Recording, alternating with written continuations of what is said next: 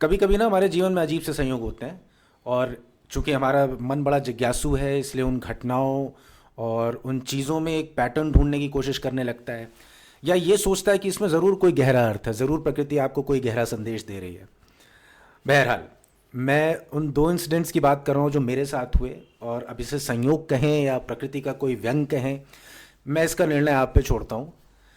कुछ एक रोज़ पहले एक किताब मैं पढ़ रहा था, उसके कुछ अंश थे बड़े इंटरेस्टिंग थे, और किताब का नाम था Nero the man behind the myth. और ये किताब लिखी हुई है रिचर्ड हॉलैंड की।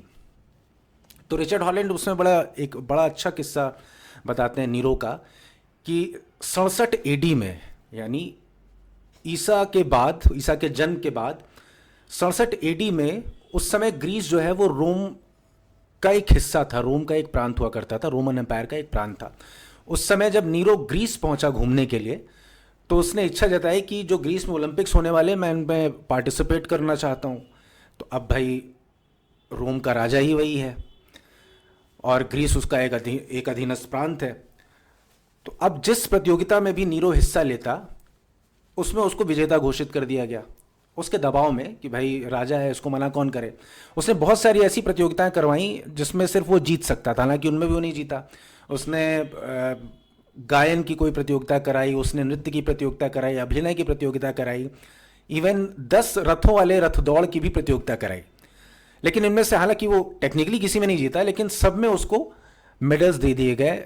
तो ऑलमोस्ट सारी स्पर्धाओं में उसने मेडल जीता। कैसे जीता ये आपको पता चल गया अब। अच्छा, ये कहानी जब मैं पढ़ रहा था, उसी समय मेरे मोबाइल पर एक नोटिफिकेशन आया, और बीबीसी न्यूज़ का वो नोटिफिकेशन था, जिसमें बताया जा रहा था कि दिल्ली में पिछले साल के मुकाबले इस बार AQI थोड़ा कम है। वो पिछले साल 420 यूज पार कर गया था, इस बार 395 390 है।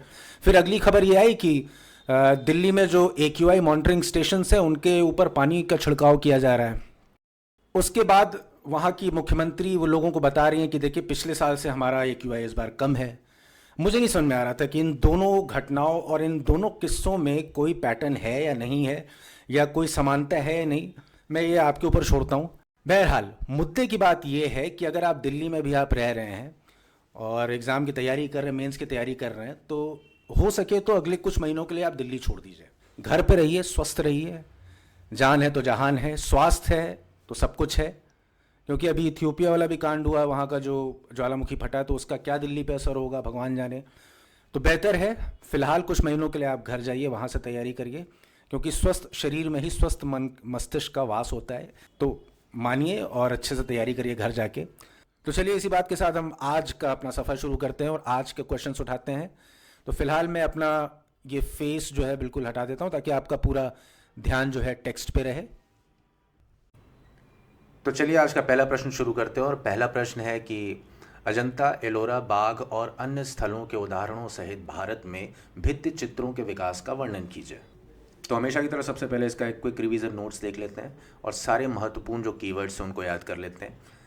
परिचय, एक छोटा सा प्रभावपूर्ण परिचय हम दे देंगे कि भारत में भित्ति चित्रकला यानी म्यूरल पेंटिंग्स, यानी दीवारों पर बनाई जाने वाली पेंटिंग्स। भित्ति यानी दीवार। तो भारत में भित्ति चित्रकला धर्म, स्थापत्य और सांस्कृतिक अभिव्यक्ति से जुड़ी हुई है प्राचीन काल से। इंट्रोडक्शन में ये बता देंगे, उसके बाद आएंगे अजंता के बारे में। सबसे पहले बताएंगे आपको सभी, जैसे अजंता हो गया, बाघ हो गया, एलोरा हो गया, और इसके बाद सित्तनवासल हो गया, उसके बाद लेपाक्षी हो गया। इन सभी के बारे में एक एक दो दो लाइन्स आपको लिख देनी है, इन सभी जगहों पर पाई जाने वाली म्यूरल पेंटिंग्स के बारे में। तो सबसे पहले अजंता के बारे में आपको पता ही है, यहाँ पर बौद्ध कथाओं का चित्रण किया गया है दीवारों पर। और 2-3 कीवर्ड्स आपको अजंता में याद रखने हैं। एक तो बौद्ध कथाएं, दूसरा फ्रेस्को तकनीक। फ्रेस्को सेको स्पेसिफिकली अगर इस तकनीक को कहा जाता है, फ्रेस्को सेको तकनीक। तो बौद्ध कथाएं, फ्रेस्को तकनीक और भाव प्रवणता। यहाँ पर बौद्ध कथाओं का चित्रण किया गया है दीवारों पर, और यहाँ पर फ्रेस्को तकनीक, अगर तकनीकी शब्दावली की बात करें तो फ्रेस्को सेको तकनीक का इस्तेमाल किया गया है। यानी सूखे प्लास्टर पर पेंटिंग करने का जो प्रोसेस है उसको फ्रेस्को सेको तकनीक कहते हैं। दो तरह से प्राचीन काल में पेंटिंग्स हुआ करती थी। एक तो गीले प्लास्टर में पेंटिंग करने का फ़ायदा ये होता था कि वहाँ पर जो पेंटिंग है, चित्रकला को, उसको दीवार से चिपकाने के लिए, प्लास्टर से चिपकाने के लिए कोई अलग से बाइंडिंग एजेंट नहीं लगाना पड़ता था। तो वो होती थी बुआन फ्रेस्को। लेकिन यहाँ पर अजंता में जो तकनीक इस्तेमाल हुई है फ्रेस्को सेको तकनीक, जिसमें सूखा प्लास्टर, पहले 3 तह जो है प्लास्टर की जाती थी, है ना, उसके बाद उस पर पेंटिंग की जाती थी, और पेंटिंग में भी ऐसे पदार्थों का इस्तेमाल किया जाता था जिससे वो पेंटिंग उस प्लास्टर पर चिपक जाए। तो अजंता में आपको याद रखना है बौद्ध कथाएं, फ्रेस्को तकनीक और भाव प्रवणता। यहाँ के चित्र जितने हैं उनके चेहरे के भाव बहुत स्पष्ट दिखाई देते हैं। तो अजंता, बौद्ध कथाएं, फ्रेस्को तकनीक, भाव प्रवणता, 3 कीवर्ड्स याद रखिए। फिर बाघ में आ जाइए। बाघ गुफाओं के जो चित्र हैं उनमें भी बौद्ध विषयों पर ही चित्र बनाया गया है। इसका थीम जो है बुद्ध धर्म में उनकी जहाँ तक कथाएं हैं और इस तरह के सारे जो कहानियां हैं बुद्ध धर्म से रिलेटेड, उनको विषय बनाया गया है बाघ गुफाओं में चित्रण का। इनमें एक अलग गतिशीलता या लयात्मकता है। अब यहाँ पर गतिशीलता का क्या मतलब है कि अगर आप चित्र देखेंगे तो आपको एक जगह स्थिर खड़े नहीं दिखाई देंगे, वो किसी न किसी मुद्रा में आपको दिखाई देंगे। आपको लगेगा कि शायद नृत्य कर रहे हैं, कोई मुद्रा या कोई गतिशीलता है उसमें, गत्यात्मकता ये आपको दिखाई देगी। इसके अलावा लयात्मकता का एक मतलब है ये भी होता है कि जब आप चित्रों को देखते हैं तो आपकी नज़र जो है अपने आप किसी पानी की तरह फिसलती हुई चित्र के सभी अंगों पर एक एक करके जाती है और चित्र के आगे दूसरे जो किरदार हैं उन पर चलती चली जाती है। तो ये एक तरह की प्रभावपूर्णता आप उसमें देखेंगे बाघ गुफाओं के चित्रों में। तो ये लयात्मकता और गतिशीलता बाघ गुफाओं के चित्रों का एक महत्वपूर्ण विशेषता है। थोड़े से सॉफ्ट, अगर एलोरा के चित्रों की बात करें तो वो उनमें गतिशीलता थोड़ी सी तेज़ है, जबकि बाघ गुफाओं की जो चित्रों की गतिशीलता है वो थोड़ी स्थिर है, थोड़ी निरंतर है। तो इस तरह से बाघ गुफाओं में क्या है, बौद्ध विषय, गतिशीलता, ये 2 चीज़ें याद रखिएगा। अजंता में आपने याद रखा था बौद्ध कथाएं, फ्रेस्को, भाव प्रवणता। बाघ गुफाओं में आपको बौद्ध विषय, गतिशीलता याद रखना है। एलोरा में आपको हिंदू माइथोलॉजी के या पौराणिक कथाओं के चित्र मिलेंगे। सबसे इंपॉर्टेंट उसमें शैव चित्र, आपको शैविज़म का बहुत इफेक्ट मिलता है, वहाँ पर शैविज़म के चित्र आपको मिलेंगे, शिव के चित्र मिलेंगे और हिंदू प्रतीकों के दूसरे चित्र भी मिलेंगे। और यहाँ के चित्रों में आपको बाघ और अजंता के विपरीत बिल्कुल जो लयात्मकता है, जो गतिशीलता है वो तेज़ मिलेगी, विस्फोटक गतिशीलता आपको मिलेगी। तो यहाँ पर शिव का, नटराज का भी चित्र है। इसके अलावा बहुत से अन्य विषयों पर भी चित्र बनाए गए, जैसे बादलों का आकाश में उड़ते हुए दिखाया गया उनको, देवताओं को आकाश में विचरते हुए दिखाया गया। तो इन चित्रों में एक तेज़ी है, एक विस्फोटक गतिशीलता दिखाई गई, क्योंकि यहाँ पर शक्ति का प्रदर्शन ज़्यादा करना था चित्रकारों को। ठीक है, अब एलोरा के हमने देख लिए। सित्तनवासल, यहाँ पर भी जैन कला के चित्रों की प्रधानता है और यहाँ के जो चित्र हैं वो मोस्टली जैन भिक्षुओं द्वारा बनाए गए हैं। तो आपको यहाँ प्राकृतिक चीज़ें ज़्यादा देखने को मिलेंगी, जैसे कमल, हाथी, पुष्प, इस तरह के चित्र आपको देखने को मिलेंगे जो ज़्यादातर प्रकृति संबंधित हैं और पवित्रता पर ज़्यादा जोर देते हैं। इसी तरह से अगर लेपाक्षी के चित्रों की बात करें तो यहाँ पर रामायण और पुराणों के चित्र आपको मिलेंगे। और चूंकि ये चित्र जो है विजयनगर शैली में बनाए गए हैं तो आपको एक तरह का जो फोक एस्थेटिक्स है या लोक सौंदर्य है उसकी अभिव्यक्ति मिलेगी। साथ में आपको इसमें जो दरबारों की जो भव्यता होती है वो भी, उस चीज़ के भी तत्व आपको इसमें मिलेंगे। तो इस तरह से लेपाक्षी के चित्र हो गए। ये सारे आपने एक एक लाइन से बता दिए, अगर अजंता, बाघ, एलोरा, सित्तनवासल, लेपाक्षी, और उसके बाद एक छोटा सा आपने निष्कर्ष लिख दिया कि इस प्रकार ये कला युग की भावना, भक्ति और जीवन दृष्टि का दृश्य रूप है। तो आपका ये पूरा आंसर कंप्लीट हो जाएगा और अच्छे खासे आपको मार्क्स मिलेंगे। कीवर्ड्स हमेशा की तरह एक बार फिर से पॉज करिए और इन सारे कीवर्ड्स को याद करके और उनको लिखने की कोशिश करिए। 1-2 बार दोहराइए, अपने आप ये कीवर्ड्स आपको याद हो जाएंगे। चलिए अब देख लेते हैं कि हमने इन कीवर्ड्स के जरिए पूरे उत्तर को कैसे लिखा है। तो भारत में भित्ति चित्रकला का विकास प्राचीन काल से ही धर्म, स्थापत्य और सांस्कृतिक अभिव्यक्ति से जुड़ा है। परंपरा मुख्यतः मंदिरों, गुफाओं और धार्मिक स्थलों की दीवारों पर विकसित हुई। प्रारंभिक भित्ति चित्र, महाराष्ट्र स्थित अजंता गुफाएं भित्ति चित्रों की सर्वोत्तम मिसाल हैं। यहाँ बौद्ध जातक कथाएं, बुद्ध के जीवन प्रसंग और राजसी जीवन के दृश्य चित्रित हैं। चित्रों में फ्रेस्को सेको तकनीक का प्रयोग हुआ है। मैंने बताया था कि फ्रेस्को सेको तकनीक का मतलब होता है सूखे प्लास्टर पर चित्र बनाना। रेखांकन, सूक्ष्म चेहरे, भावपूर्ण और रंग संयोजन अत्यंत संतुलित हैं। हम लोगों ने इसके पहले वाले लेक्चर में अजंता का एक पेंटिंग में देखा था, तो बहुत खूबसूरत चेहरे उसमें बनाए गए थे और रंगों का बड़ा बेहतरीन प्रयोग किया गया था और 3 डायमेंशनल वो फिगर्स आपको दिख रहे होंगे उसमें। तो ये चीज़ें लिख देनी है। रेखांकन सूक्ष्म है, चेहरे भावपूर्ण है और रंग संयोजन अत्यंत संतुलित है। बाघ गुफाएं, मध्य प्रदेश 5वीं सदी की ये सारे चित्र हैं। बाघ गुफाओं में भी बौद्ध विषयों पर आधारित चित्र हैं। रंगों की चमक, तो बाघ गुफाओं में क्या है, बौद्ध विषयों पर चित्र हैं। रंगों की चमक, चित्रों में गतिशीलता और रूपों की लयात्मकता यहाँ की विशेषता है। तो लयात्मकता की हमने बात की थी कि एक तरह का प्रवाह आपको दिखता है चित्रों में। आप इनके यहाँ पर जो चित्र बनाया बाघ गुफाओं में, उसमें आपको कहीं कोने नज़र नहीं आएंगे, शार्प एजेस नज़र नहीं आएंगे। आपकी नज़र बिल्कुल एक चित्र से होते हुए दूसरे चित्र तक बड़ा प्रभावपूर्ण तरीके से आपकी नज़र वहाँ पे मूव करेगी। फिर एलोरा 6वीं से 8वीं शताब्दी एलोरा की कैलाशनाथ गुफा में शैव धर्म पर आधारित चित्र मिलते हैं। यहाँ की कला हिंदू धर्म की मूर्तिवत प्रभाव, लय और शक्ति अवधारणा को अभिव्यक्त करती है। अब यहाँ पर जो मूर्तिवत प्रभाव शब्द है यानी स्कल्पचरल क्वालिटी, इसके दो अर्थ निकलते हैं। पहला ये कि मूर्तियाँ इस ढंग से वहाँ पर जो चित्र हैं वो इस ढंग से बनाए गए हैं कि उनको देख के आपको लगेगा कि ये चित्र नहीं, ये मूर्तियाँ हैं।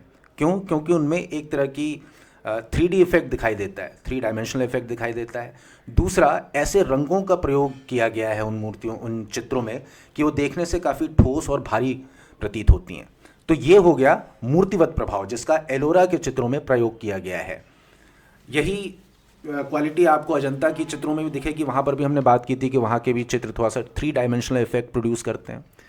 ठीक है, तो ये चीज़ें लिख देनी है। एलोरा में क्या है? कैलाशनाथ गुफा में शैव धर्म पर आधारित चित्र मिलते हैं। यहाँ की कला हिंदू धर्म की मूर्तिवत प्रभाव, लय और शक्ति अवधारणा को अभिव्यक्त करती है। शक्ति की अवधारणा का मतलब हमने ऊपर चर्चा की थी कि यहाँ शैव धर्म के चित्र मिलते हैं और शैव धर्म के चित्रों में या शैवाइट चित्रों में, इमेजेस में एक तरह की शक्ति की अवधारणा को दिखाया गया है। एनर्जी, यहाँ के चित्र आपको पूरी ऊर्जा से भरपूर मिलेंगे।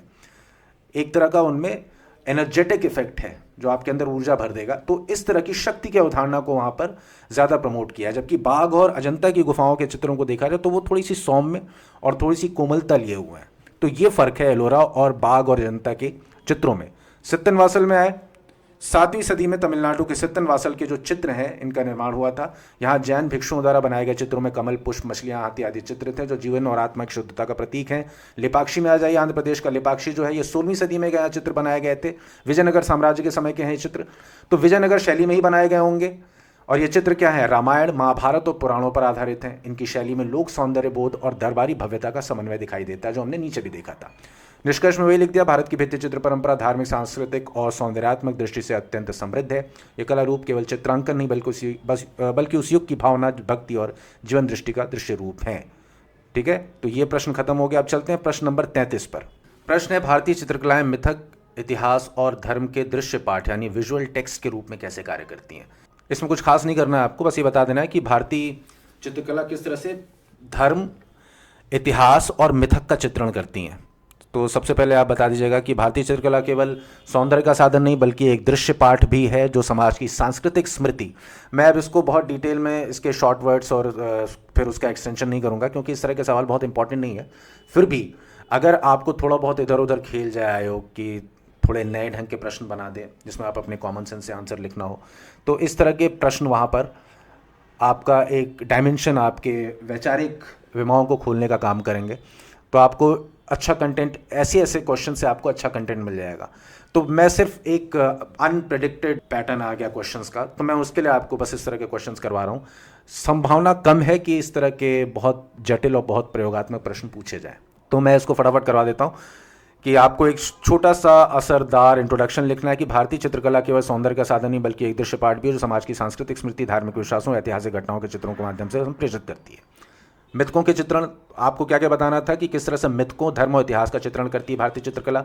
तो मिथकों के चित्रण में क्या हो जाएगा? माइथोलॉजी के चित्रण में रामायण और महाभारत एक आपका शॉर्ट की हो जाएगा, एक कीवर्ड हो जाएगा।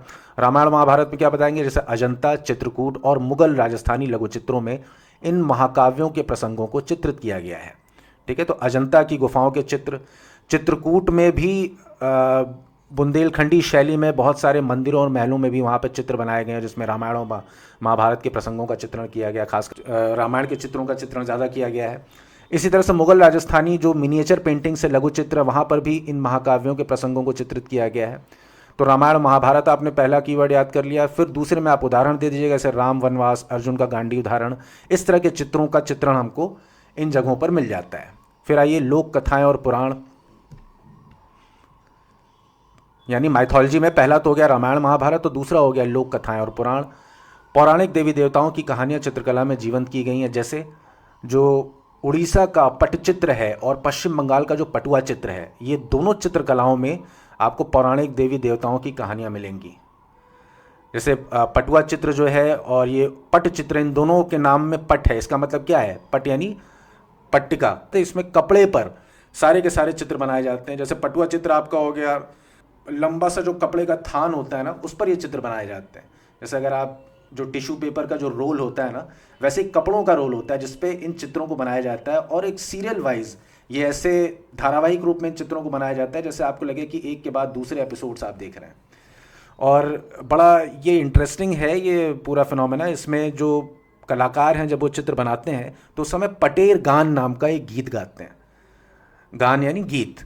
तो पटुआ चित्र और पटचित्रों की जो परंपरा है, पटचित्र में भी वही उड़ीसा का है, और वहाँ पर भी इसी तरह से कपड़े पर चित्र बनाए जाते हैं, और रामायण और महाभारत के प्रसंगों, पौराणिक देवी देवताओं की कहानियाँ इन चित्रकलाओं में दर्शाई जाती हैं। तो आप पटचित्र और पटुआ चित्र दोनों का उदाहरण भी दे सकते हैं अगर याद रहता है। फिर इसके बाद हम बताएंगे, जैसे हमने बता दिया पहले, कि पौराणिक माइथोलॉजी का चित्रण कैसे करते हैं चित्रकलाएं भारत की, रामायण और महाभारत का बता दिया, लोक कथाएं और पुराण बता दिया 2 कीवर्ड्स के जरिए। उसके बाद हम बताएंगे इतिहास का चित्रण। तो इतिहास का चित्रण कैसे करते हैं, जो भारत के चित्र हैं वो राजाओं और युद्धों के दृश्य दर्शाए जाते हैं उसमें। जैसे मुगल चित्रकला में बाबर अकबर के युद्धों और दरबारी जीवन को विस्तार से दर्शाया गया है। मुगल चित्रकला का सबसे ज्वलंत जो उदाहरण है वो है अकबरनामा। अकबरनामा जो अबुल फजल ने लिखा था। इस अकबरनामा में टेक्स्ट के अलावा बहुत सारे विजुअल्स भी हैं, बहुत सारे चित्र भी हैं जो उनके दरबारी चित्रकारों ने बनाए थे, और उनके ज़रिए अकबर बाबर के युद्धों और दरबारी जीवन को विस्तार से दर्शाया गया है। तो इतिहास का चित्रण भी चित्र करते हैं। अब देखिए उदाहरण अकबरनामा, चित्रमाला। इसके अलावा राजपूत पेंटिंग्स, राजपूत जो क्षेत्रीय राजपूत राजा थे उनके दरबारों में जिस पेंटिंग का विकास हुआ उसको राजपूत चित्रकला कहते हैं। उनमें भी ऐतिहासिक घटनाओं के साथ साथ राजसी जीवन शैली और प्रेम प्रसंगों को भी चित्रित किया गया है। तो इतिहास के चित्रण में आप 2 कीवर्ड्स याद रखिएगा, राजाओं और युद्धों के दृश्य, यानी मुगल चित्रकला कैसे इन चीज़ों को डिपिक्ट करती है। दूसरा, राजपूत चित्रकला कैसे ऐतिहासिक घटनाओं के साथ साथ राजसी जीवन शैली, प्रेम प्रसंगों को चित्रित करती है। अब तीसरा आते हैं धर्म का चित्रण। जैन, बौद्ध और वैष्णव धर्म मंदिरों और गुफाओं की भित्ति चित्र परंपरा धार्मिक शिक्षाओं को चित्रों द्वारा प्रसारित करती है। तो धर्म के चित्रण में क्या आ जाएगा, हमको सारा पता है, अजंता, एलोरा, बाग, ये सारी गुफाओं में धर्म, माइथोलॉजी से रिलेटेड और धर्म से रिलेटेड चित्र आपको मौजूद हैं, जैन, बौद्ध और वैष्णव धर्म से। तो मंदिरों और गुफाओं की भित्ति चित्र परंपरा क्या करती है, धार्मिक शिक्षाओं को चित्रों द्वारा प्रसारित करती है। जैसे अजंता गुफाएं, इसमें बुद्ध के जीवन के सारी घटनाओं का चित्रण किया गया है, आप अजंता का उदाहरण लिख सकते हैं। इसके बाद भक्ति परंपरा, संतों की जीवनी, कीर्तन, भक्ति भावनाओं को भावात्मक चित्रों में व्यक्त किया गया है। तो इस तरह से धर्म का जो चित्रण किया गया उसमें 2 चीज़ें हैं, जैन, बौद्ध और वैष्णव धर्म से रिलेटेड जो कहानियां हैं, किस्से हैं, जो घटनाएं, उनका चित्रण किया गया है भित्ति चित्रों में। इसके अलावा भक्ति परंपरा से जुड़े जो संत हैं उनकी जीवनी, उनकी भक्ति भावनाओं को भी भावनात्मक चित्रों के माध्यम से व्यक्त किया गया है। तो इस तरह से हमने देख लिया कि भारतीय चित्रकला मिथक, धर्म और इतिहास के चित्रों का विजुअल रिप्रेजेंटेशन है। संक्षेप में एक छोटा सा निष्कर्ष लिख देंगे कि इस प्रकार भारतीय चित्रकला इतिहास, धर्म, मिथक की ज्ञान परंपरा को नेत्रों के माध्यम से बोधगम्य बनाने का कार्य करती है, और ये इसकी सबसे बड़ी विशेषता है। क्विक रिवीजन नोट्स हमने पहले ही देख लिया था। अच्छा, नहीं देखा था, कोई नहीं, इसका एक बार वीडियो पॉज करिए और दरबार को हटा दीजिए। राजपूत सिर्फ याद रखिएगा तो आपको कीवर्ड से याद आ जाएगा कि उसमें लिखना क्या है। इतिहास, धर्म, माध्यम और चित्रकला, इन 4 कीवर्ड्स के माध्यम से आपको याद आ जाएगा कि लिखना क्या है इसमें। 2-3 बार इसको पॉज करके 2-3 बार इसको याद करके करने की कोशिश करिए, लिखिए हो सके तो अपने आप ही याद हो जाएगा। अब चलते हैं अगले प्रश्न पर, जो कि है राजपूत और पहाड़ी लघु चित्र परंपराओं की विशिष्ट विशेषताओं की चर्चा कीजिए। देखिए ये भी बहुत ज़्यादा इंपॉर्टेंट है नहीं यूपी पीसीएस के लिहाज से, लेकिन अगर आयोग थोड़ी बहुत एक्सपेरिमेंट्स करता है और थोड़े नए ढंग का पेपर बनाता है तो इस तरह के प्रश्न भी वो पूछ सकता है, तो इसके लिए भी हमें तैयार रहना है। कुछ आपको मोटी मोटी कुछ चीज़ें याद रखनी है कि राजपूत चित्रकला की क्या विशेषता थी, पहाड़ी लघु चित्र परंपराओं की क्या विशेषता थी। कुछ कीवर्ड्स याद रखेंगे अपने आप, आपको एग्जाम में लिखने भर का मटेरियल आपको मिल जाएगा। तो बेसिकली इस प्रश्न में आपको पहले राजपूत चित्रकला और फिर प्रश्न के दूसरे भाग में पहाड़ी लघु चित्र परंपराओं की विशिष्ट विशेषताओं के बारे में बताना है। अगर राजपूत चित्रकला के बारे में आपने थोड़ा बहुत पढ़ा होगा तो आपको इस चीज़ का नॉलेज होगा कि किस तरह से राजपूत चित्रकला जो है 15वीं शताब्दी में वहाँ की जो लोक चित्र परंपराएं थी वहाँ से शुरुआत इसकी होती है। उसके बाद स्थानीय जो चित्र परंपराओं को वहाँ के जब राजाओं ने संरक्षण देना शुरू किया, जैसे मेवाड़, मारवाड़, बूंदी, कोटा, जयपुर, बीकानेर घराने, इन लोगों ने जब इसको संरक्षण देना शुरू किया तो और उन पे और उनका विकास हुआ। और आगे चलकर जब मुगल दरबार में वहाँ से मुग़लों और राजपूतों का जब कोलैबोरेशन हुआ तो मुग़ल दरबार में बहुत सारे इन राजपूत राजाओं के जो संरक्षित चित्रकार थे वो मुग़ल दरबार में पहुँचे और मुग़ल कला के तत्वों का वहाँ की लोकल स्थानीय जो चित्रकला शैली के तत्वों के साथ मिक्सचर हुआ और इस तरह से राजपूत चित्रकला अपने उत्कर्ष पे पहुंची, उसका जो मैच्योर फॉर्म है वो पहुंचा। तो यही चीज़ें हम बता देंगे हल्का फुल्का। भारतीय चित्र, एक छोटा सा इंट्रोडक्शन लिख लीजिए कि राजपूत और पहाड़ी लघु चित्र भारतीय चित्रकला की दो प्रमुख शैलियाँ हैं जो 16वीं से 19वीं शताब्दी के बीच उत्तर भारत में फली फूली। दोनों शैलियाँ दरबारी संस्कृति, धर्म, प्रेम और प्रकृति को अलग अलग दृष्टिकोणों से अभिव्यक्त करती हैं। राजपूत चित्रकला के बारे में बता दीजिए कि राजपूत चित्रकला कई उपशैलियों में विकसित हुई, विशेषकर मेवाड़, मारवाड़, बूंदी, कोटा, जयपुर आदि में। इसकी मुख्य विशेषताएं क्या थीं? तो राजपूत चित्रकला में आप थोड़ा सा बता दीजिए कहाँ पर उपजी है, फिर मुख्य विशेषताओं में क्या है। सबसे पहला धार्मिक विषय, रामायण, महाभारत, भगवत पुराण पर आधारित चित्र। मुख्य विशेषताओं में पहला इनका विषय बता दीजिए। विषय सबकी तरह, बाकी कलाओं की तरह इसका भी था, पौराणिक कथाएँ, रामायण महाभारत, भगवत पुराण पर आधारित चित्र। इसके बाद इसकी मुख्य विशेषताओं में क्या था? इसमें नायिका भेद और श्रृंगार रस की प्रधानता थी। तो बेसिकली इन चित्रों में श्रृंगार रस अपने सबसे ज़्यादा प्रधान था। और अगर नायिका भेद की बात करें तो नायिका भेद का यही मतलब हो गया कि अलग अलग तरह की नायिकाएं, जैसे अगर आप कठिन काव्य के प्रेत केशव की कविताएं अगर आपने पढ़ी होंगी, अगर उनके बारे में आप जानते होंगे, तो उन्होंने अपनी रसिक प्रिया में अलग अलग तरह की नायिकाओं का वर्णन किया है, जिसमें से एक दो हैं। जैसे एक है अभिसारिका करके एक नायिका है। अभिसारिका बड़ी निर्भय और बड़ी भयहीन नायिका है जो तूफान, जंगल, पेड़ और सारी कठिनाइयाँ पार करके भी अपने प्रेमी से मिलने को आतुर है, उसके पास मिलने को जा रही है। इसके अलावा एक और है विप्रलब्धा करके, उन्होंने नायिका का वर्णन किया है कि विप्रलब्धा वो नायिका है जो अपने प्रेमी का इंतज़ार कर रही है, लेकिन लंबे इंतज़ार के बाद भी उसका प्रेमी नहीं आता, फिर वो अपने गहने उतार रही है। तो इस तरह की नायिकाओं के अलग अलग मूड, उनके अलग अलग वर्जन्स को चित्रित किया गया है राजपूत पेंटिंग्स में। तो केशव का जब नाम आता है मेरे सामने तो मुझे बड़ी एक मज़ेदार चीज़ याद आती है। मैं जब दिल्ली यूनिवर्सिटी में था तो मेरे एक सीनियर हुआ करते थे, अभी वो असिस्टेंट प्रोफेसर हैं वहाँ पर हिंदी डिपार्टमेंट में। तो एक बार उन्होंने मुझे केशव की कविताएं सुनाई, और केशव की कविताएं आप जानते हैं कि बहुत ज़्यादा एक तरह से श्रृंगार रस से एकदम परिपूर्ण, एकदम लबालब भरी हुई कविताएं होती हैं। मैंने उनसे पूछा कि इतना ज़्यादा नक्शिक वर्णन क्यों करते थे केशव? क्योंकि केशव कभी बहुत सारी कविताओं में आप देखते होंगे कि गृहिणी नायिका का चित्रण है, और उसमें एक ऐसी नायिका जो इतनी दुबली हो गई है कि जब वो पान की पीक अंदर घोंटती है तो उसके गले के अंदर जाती हुई पान की पीक भी दिखती है, उसकी स्किन इतनी पतली है, और पता नहीं क्या क्या वो अजीब अजीब से वर्णन उन्होंने किए हुए हैं। तो मैं उनसे पूछता था कि भैया इतना ज़्यादा क्यों एक्सट्रीम लेवल के डिस्क्रिप्शंस मिलते हैं? तो वो कहते थे कि देखो बाबू, उस समय लोगों के पास मनोरंजन के लिए कुछ होता नहीं था, न उनके पास बी ग्रेड सी ग्रेड फिल्में थीं, न इरोटिक मैगजीन्स थीं, न इस तरह की कोई चीज़ें नहीं थीं। आज तो ये प्रचुर मात्रा में उपलब्ध है। तो लोग अपना मनोरंजन कैसे करते? तो लोगों की ऐसी जो इच्छाएं थीं, इसी दबी हुई इच्छाएं, जो डार्क डिज़ायर्स थे, उनको पूरा करने का बीड़ा उठाया केशव जैसे कवियों ने।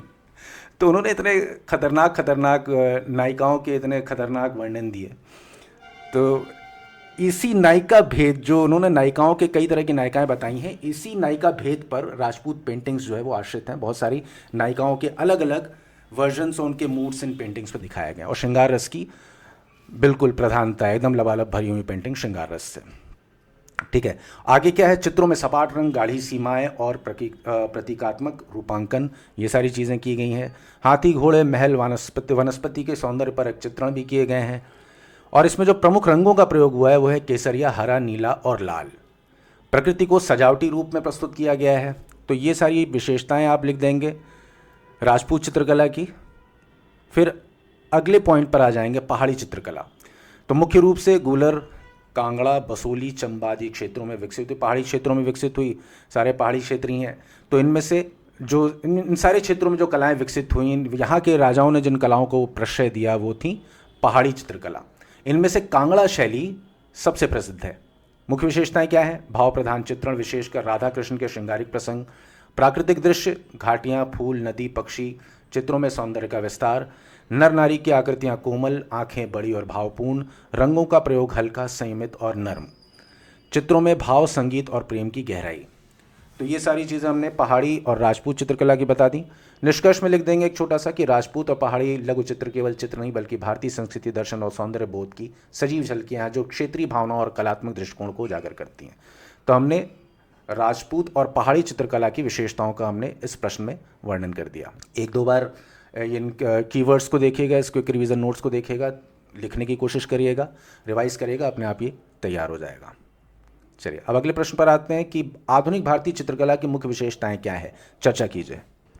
तो आपको क्या है इसमें बताना, सबसे पहले मुख्य विशेषताओं में आपको बताना है कि औपनिवेशिक और पश्चिमी प्रभाव क्या था, उसके बाद किस तरह से भारतीय चित्रकला आधुनिक जो है वो स्वदेशी आंदोलन और पुनरुत्थान से प्रभावित हुई, ठीक है। उसके बाद प्रयोग और विषय वस्तु क्या थे। इन 3 पॉइंट्स में आपको पूरा का पूरा उत्तर समेट देना है। तो सबसे पहले आप क्या बताएंगे कि औपनिवेशिक और पश्चिमी प्रभाव कैसे पड़ा। कंपनी शैली पहला इसका सब पॉइंट है, कंपनी शैली। प्रारंभिक आधुनिक कला में यूरोपीय जल रंग यानी वाटर कलर और तैल चित्रकला की तकनीकों का परिचय हुआ जिसने भारतीय लघु चित्रकला की परंपरा को प्रभावित किया। इससे पहले क्या होता था, कंपनी शैली जो मध्ययुगीन चित्रकला थी भारत की और अंग्रेज़ों के आने के पहले, यूरोपियंस के आने के पहले की जो चित्रकला थी उसमें रंग कैसे बनाए जाते थे, या तो खनिजों या पत्थरों से बनाए जाते थे, या दूसरा तरीका था वनस्पतियों या पौधों से बनाए जाते थे, तीसरा तरीका था कुछ विशेष प्रकार के प्राणियों का भी इस्तेमाल किया जाता है। जैसे अगर सफ़ेद रंग बनाना है तो आप सीपी का इस्तेमाल कर लिया आपने, या इसके अलावा लाल रंग अगर बनाना है तो एक विशेष प्रकार का एक कीड़ा था, उसको मसल के उसके रंग से लाल रंग बनाया जाता है। तो इस तरह की चीज़ें वहाँ पर प्रचलित थी। लेकिन अंग्रेज़ों के आने के बाद, यूरोपियंस के आने के बाद हमने वाटर कलर का इस्तेमाल करना सीखा और ऑयल पेंटिंग का इस्तेमाल करना सीखा। तो कंपनी शैली का क्या प्रभाव हुआ, यूरोपीय वाटर कलर और तैल चित्रकला का विकास हुआ जिसने भारतीय लघु चित्रकला की परंपरा को प्रभावित किया। और औपनिवेशिक और पश्चिमी प्रभाव के से ही हमारे कला में, आधुनिक चित्रकला में यथार्थवाद का प्रवेश हुआ। आपको पता ही है केरल के राजा रवि वर्मा जैसे कलाकारों ने यूरोपीय शास्त्रीय तकनीकों का उपयोग करके, राजा रवि वर्मा का नाम आप ले लेंगे, कैसे उन्होंने यूरोपीय शास्त्रीय तकनीकों का उपयोग करके पौराणिक और सामाजिक विषयों का चित्रण किया जिससे भारतीय कला में यथार्थवाद की शुरुआत हुई। बहुत सारे लोग राजा रवि वर्मा की आलोचना करते हुए कहते हैं कि उन्होंने जिन भगवानों देवी देवताओं के चित्र बनाए वो उनके महल के दास दासियाँ थे। तो इस तरह की आलोचना का कोई अर्थ नहीं होता भैया। वो दास दासियाँ भी क्या थे, हमारे यहाँ तो अहम ब्रह्मास्मि माना जाता है, सर्वम खलविदम ब्रह्म माना जाता है कि सृष्टि के कण कण में ईश्वर का वास है।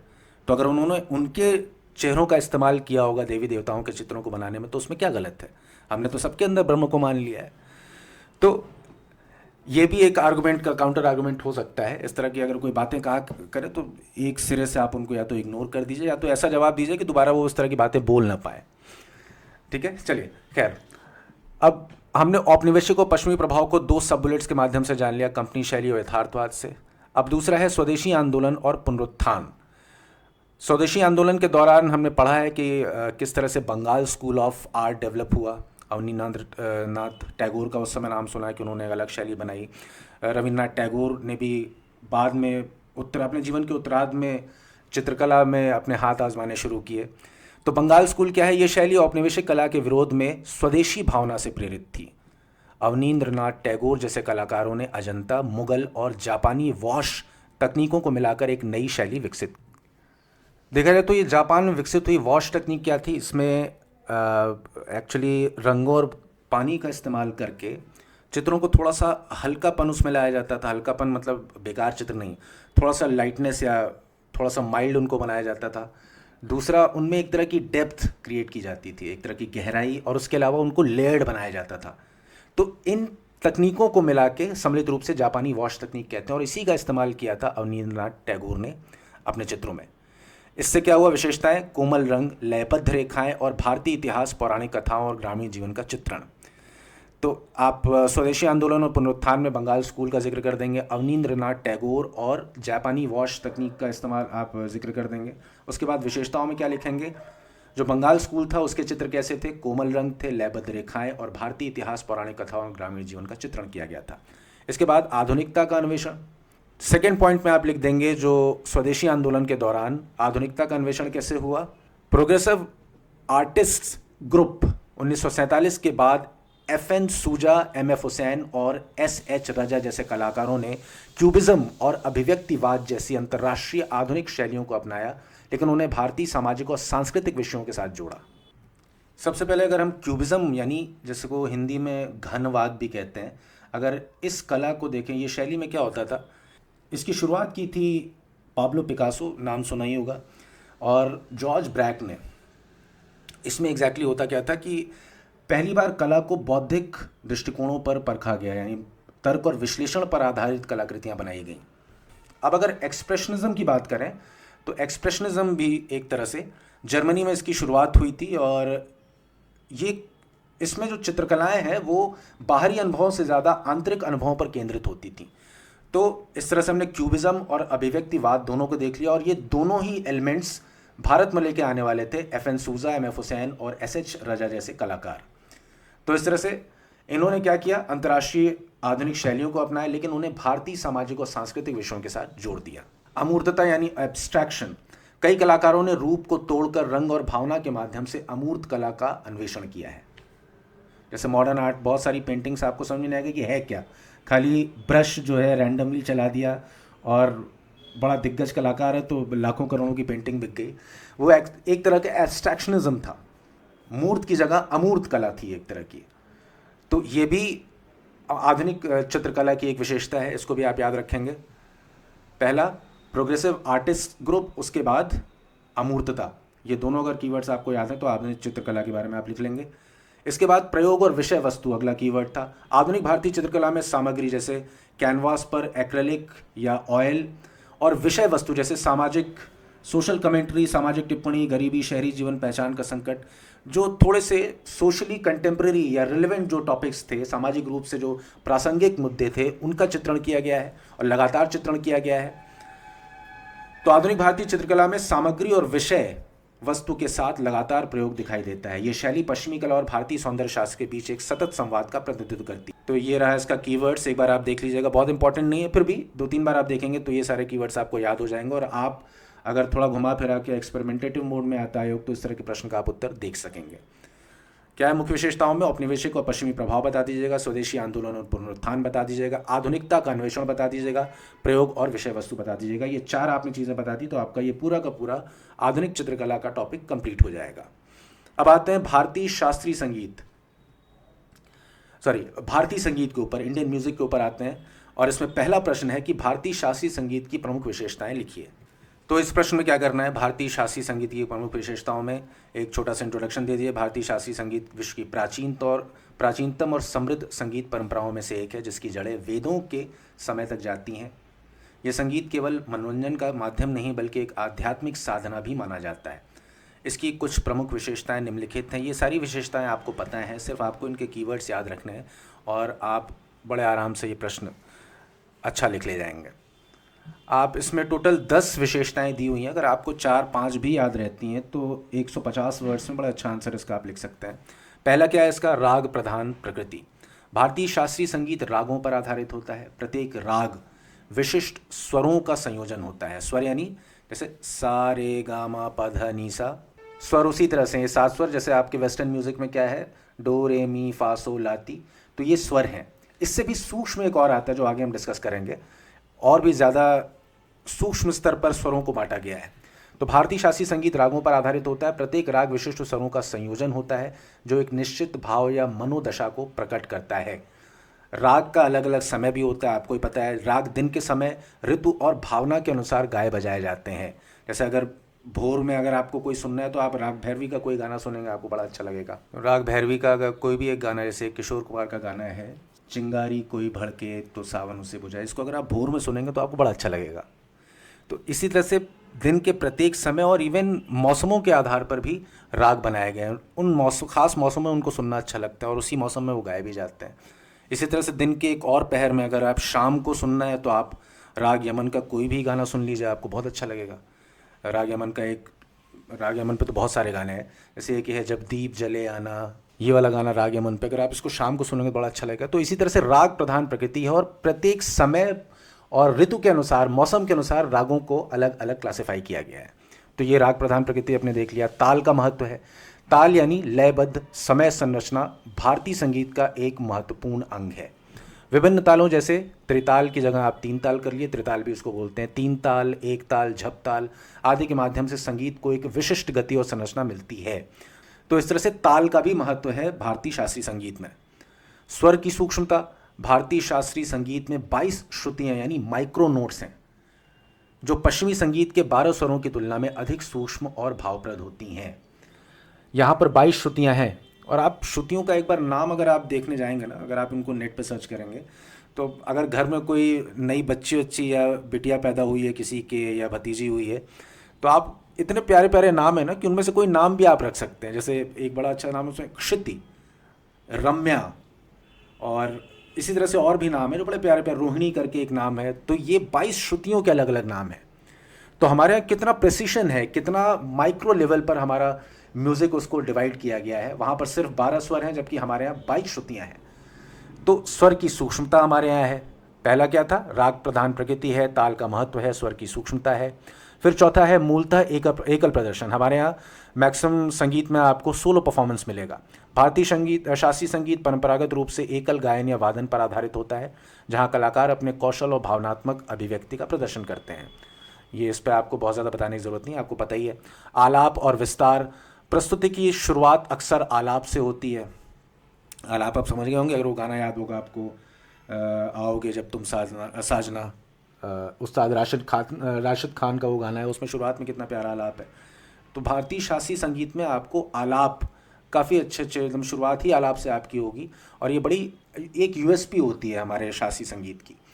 तो प्रस्तुति की शुरुआत अक्सर आलाप से होती है, जिसमें कलाकार राग की भावना को बिना ताल के विस्तार देता है। इसके पश्चात बंदिश या गीत के माध्यम में से ताल में संगीत प्रस्तुत किया जाता है। तो शुरुआत आलाप से होती है, उसमें कोई ताल नहीं होता, उसमें तबले पे जो संगत कर रहा है वो आपको कोई संगत करता हुआ नहीं दिखेगा, सिर्फ जो सिंगर है वो आलाप दे रहा होगा। तो आलाप और विस्तार, ये कीवर्ड हमने देख लिया। उसके बाद क्या है? गुरु शिष्य परंपरा। भारतीय शास्त्रीय संगीत में ज्ञान का हस्तांतरण मौखिक और अनुभवजन्य तरीके से गुरु से शिष्य तक होता है। यह परंपरा आज भी जीवित है। इसके बाद है आध्यात्मिक और भावनात्मक स्वरूप। यह संगीत आत्मा से संवाद करने का माध्यम माना जाता है। इसमें भक्ति भाव, करुणा, श्रृंगार, शांत आदि 9 रसों की अभिव्यक्ति प्रमुख होती है। तो आध्यात्मिक और भावनात्मक स्वरूप बता देंगे साथ में कीवर्ड में। इसके बाद द्विविध, हमारे यहाँ द्विविध परंपरा है। 2 मेजर ट्रेडिशंस हमारे यहाँ कौन कौन से? हिंदुस्तानी और कर्नाटक, दोनों अपने मूल स्वभाव में एक दूसरे से अलग हैं। भारतीय शास्त्रीय संगीत 2 मुख्य धाराओं में विकसित हुआ। उत्तर भारत में हिंदुस्तानी और दक्षिण भारत में कर्नाटक संगीत। दोनों की तकनीक, राग, ताल और प्रस्तुति शैली में कुछ अंतर होते हैं, परंतु मूल दर्शन समान है। वाद्य संगीत की महत्ता, गायन के साथ साथ वाद्य संगीत की हमारे शास्त्रीय संगीत में महत्ता होती है। वाद्य भी हमारे शास्त्रीय संगीत का एक महत्वपूर्ण अंग है। सितार, सरोद, बांसुरी, वायलिन, मृदंगम, तबला आदि वाद्य यंत्रों का प्रयोग व्यापक रूप से हमारे संगीत में होता है। 10वां क्या है? संरचना और अभिव्यक्ति का संतुलन। भारतीय शास्त्रीय संगीत में एक और जहां कॉम्पोजिशन यानी रचना के नियमों का भी पालन होता है, वहीं कलाकार को तत्काल रचना करने की भी स्वतंत्रता होती है, यानी इम्प्रोवाइजेशन। अगर आप किसी भी गाने में देखेंगे, इंडियन आइडल वगैरह में बहुत सारे जो क्लासिकल बैकग्राउंड वाले सिंगर्स आते हैं, वो जब परफॉर्म करते हैं तो कहीं कहीं पर राग को थोड़ा सा वो ट्विस्ट कर देते हैं, संगीत की धुन को, गाने की धुन को थोड़ा सा वो ट्विस्ट कर देते हैं, थोड़ा सा उसमें आलाप जोड़ देते हैं, कुछ मुर्कियाँ, कुछ खटके, इस तरह की चीज़ें जोड़ के उसको और खूबसूरत बनाते हैं। तो इसको कहते हैं इम्प्रोवाइजेशन, और इसकी हमारे शास्त्रीय संगीत में काफ़ी स्कोप रहता है, भारतीय शास्त्रीय संगीत में। तो ये क्विक रिवीजन नोट्स एक बार देख लीजिएगा। 10 पॉइंट हैं। राग पर आधारित ताल की विविधता, 22 श्रुतियों का प्रयोग, एकल प्रदर्शन, आलाप, गुरु शिष्य परंपरा, आध्यात्मिक साधना का माध्यम, प्रमुख परंपरा हिंदुस्तानी कर्नाटक, वाद्य संगीत का विशेष स्थान, संरचना और अभिव्यक्ति दोनों का संतुलन। ये सारी चीज़ें आप देख लेंगे, आपको ये क्वेश्चन बड़े आराम से आप टैकल कर ले जाएंगे। अब आते हैं अगले प्रश्न पर। यह है हिंदुस्तानी और कर्नाटक संगीत की तुलना कीजिए। भारतीय शास्त्रीय संगीत ने 2 प्रमुख धाराओं में विभाजित है, हिंदुस्तानी संगीत और कर्नाटक संगीत। एक उत्तर भारत की परंपरा है ऑब्वियसली, और दूसरी है दक्षिण भारत की परंपरा। दोनों ही संगीत शैलियों की जड़ें वैदिक कालीन सामवेद में है। ये दोनों का जो रूट है वो सामवेद ही है, लेकिन समय के साथ दोनों में शैली, प्रस्तुति और संरचना के स्तर पर स्पष्ट भिन्नताएं विकसित हुई हैं। बहुत लोग आप दोनों में अंतर अगर आपको बताना, ये देखिए इंपॉर्टेंट प्रश्न है ये। इसके पहले जो हमने देखा था कि भारतीय संगीत की मुख्य विशेषताएं क्या हैं, और ये प्रश्न कर्नाटक संगीत और भारतीय संगीत, हिंदुस्तानी संगीत में क्या अंतर है, ये दोनों प्रश्न जो है मेरे ख्याल से इंपॉर्टेंट। अगर संगीत पे आएगा तो यही 2 प्रश्न पूछेगा और कोई तीसरा प्रश्न नहीं बन सकता। तो सबसे पहले अंतर का जो पहला आधार है वो है भौगोलिक क्षेत्र। हिंदुस्तानी संगीत आपको पता है कि उत्तर पश्चिम और मध्य भारत में प्रचलित है, उत्तर प्रदेश, बिहार, राजस्थान, पंजाब, महाराष्ट्र आदि में। जबकि कर्नाटक संगीत दक्षिण भारत में प्रचलित है, आंध्र प्रदेश, तमिलनाडु, कर्नाटक, केरल। चारों दक्षिण भारतीय राज्यों का नाम लीजिएगा, ये हो गया कर्नाटक संगीत का क्षेत्र। ऐतिहासिक विकास, मध्यकाल में इस्लामी प्रभाव और दरबारी संस्कृति के कारण इसमें फारसी और सूफी तत्व समाहित हुए हैं हिंदुस्तानी संगीत में। जबकि कर्नाटक संगीत अपने मामले में थोड़ा सा अनएडल्टरेटेड रहा है, इसमें ज़्यादा मिलावट नहीं हुई है, तो अपेक्षाकृत शुद्ध और परंपरागत रहा। इसमें धार्मिक और भक्ति रचनाओं का प्रमुख स्थान रहा है। तो पहला हमने क्षेत्र बता दिया, दूसरा ऐतिहासिक विकास बता दिया। रचनाओं का प्रकार क्या है? हिंदुस्तानी संगीत में ख्याल, ध्रुपद, ठुमरी, टप्पा, तराना आदि। कर्नाटक संगीत में क्या है? कीर्तन, वर्णम, कीर्तना, तिल्लाना, पद्म आदि ये रचनाओं का प्रकार है। अब इसमें बहुत डिटेल में नहीं जाएंगे, जब हम आर्ट एंड कल्चर बहुत डिटेल में पढ़ेंगे तब इसको बताएंगे हम लोग, तब इसको समझेंगे। फिलहाल ये चीज़ें आप याद कर लीजिए, कीर्तन, वर्णम, कीर्तना, तिल्लाना, पद्म आदि ये कर्नाटक संगीत के भाग हैं। हिंदुस्तानी संगीत में आपको पता ही होगा, ख्याल, ध्रुपद, ठुमरी, टप्पा, तराना, ये सब सारी चीज़ें आप उसमें लिख लें। आलाप शैली में क्या है? हिंदुस्तानी संगीत जो है इसमें आलाप लंबा, विस्तृत और भाव प्रवण होता है। कर्नाटक संगीत में क्या है? आलाप अपेक्षाकृत संक्षिप्त होता है, छोटा सा आलाप होगा, और इसको कहते हैं हम रागम। कर्नाटक संगीत में जो आलाप होता है शुरुआती, उसको कहते हैं रागम। रागों की प्रकृति देख लीजिए, हिंदुस्तानी संगीत में रागों में समय और ऋतु के अनुसार गायन की परंपरा है, यानी समय और ऋतु के अनुसार अलग अलग राग प्रदर्शित किए जाते हैं, उनको परफॉर्म किया जाता है। जबकि कर्नाटक संगीत में समयबद्ध गायन की परंपरा नहीं होती, रचनाएं किसी भी समय प्रस्तुत की जा सकती हैं। इसके बाद ताल व्यवस्था में आइए। हिंदुस्तानी संगीत में प्रमुख ताल कौन से हैं? 3 ताल, 1 ताल, झपताल, दीपचंदी आदि। कर्नाटक संगीत में क्या है? प्रमुख ताल, आदि ताल, रूपक ताल, झंपा ताल आदि। तो ये चीज़ें आपको थोड़ी याद करनी पड़ेंगी कर्नाटक संगीत की। हिंदुस्तानी संगीत के जो ताल हैं वो आपने सुना ही होगा, 1-2 बता देंगे, 3 ताल, 1 ताल, झपताल, ये सब बता देंगे, 1-2 एग्जाम्पल लिख देंगे तो काम चल जाएगा। वाद्य यंत्र में क्या है?